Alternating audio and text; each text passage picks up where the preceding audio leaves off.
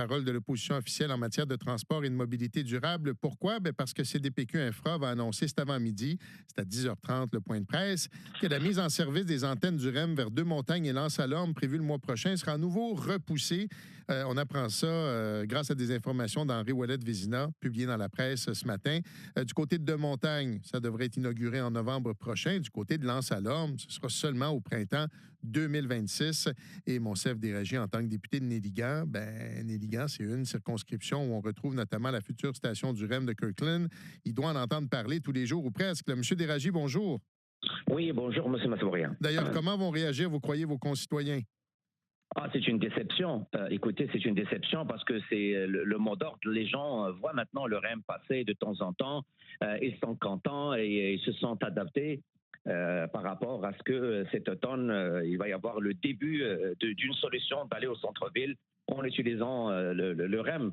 Donc, encore une fois, voir des mesures je dirais, pour prolonger le début officiel du lancement du REM, c'est une déception pour eux. OK. Avez-vous des informations de votre côté? Qu'est-ce qui explique ce nouveau report?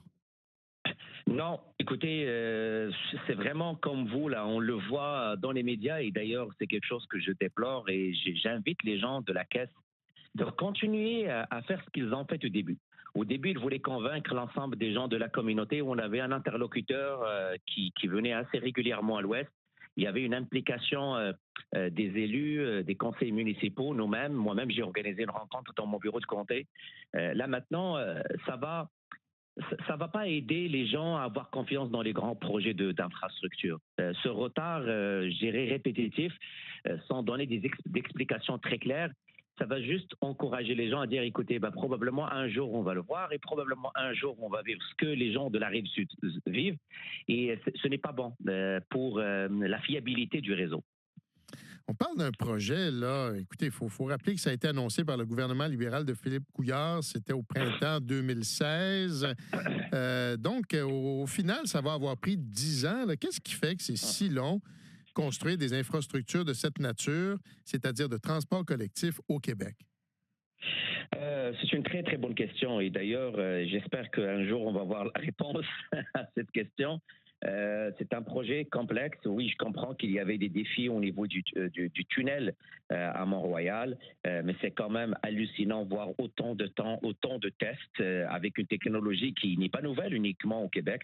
Ce n'est pas la première fois que cette technologie est utilisée. Je comprends qu'il y a des défis technologiques, mais prendre 10 ans pour avoir une ligne, sachant que nous, à l'Ouest, M. Masbourian, on a un vrai problème de transport en commun. Là, maintenant, je vous parle, mais il y a aussi un impact sur la STM. La STM doit continuer à gérer, à travailler, à trouver des solutions de mitigation parce que la ligne n'est pas ouverte. Il y a aussi les mesures d'abattement. Le problème, il est beaucoup plus complexe sur un retard de non-livraison de cette ligne de Deux-Montagnes et aussi Anse-à-Lorme. Donc, j'espère qu'un jour, on va avoir les réponses par rapport à ces retards. Pas uniquement dans les projets de transport, mais même d'autres infrastructures au Québec.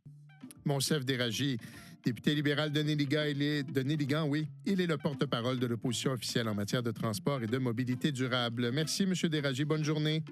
Bonne journée à vous, M. Masbourian.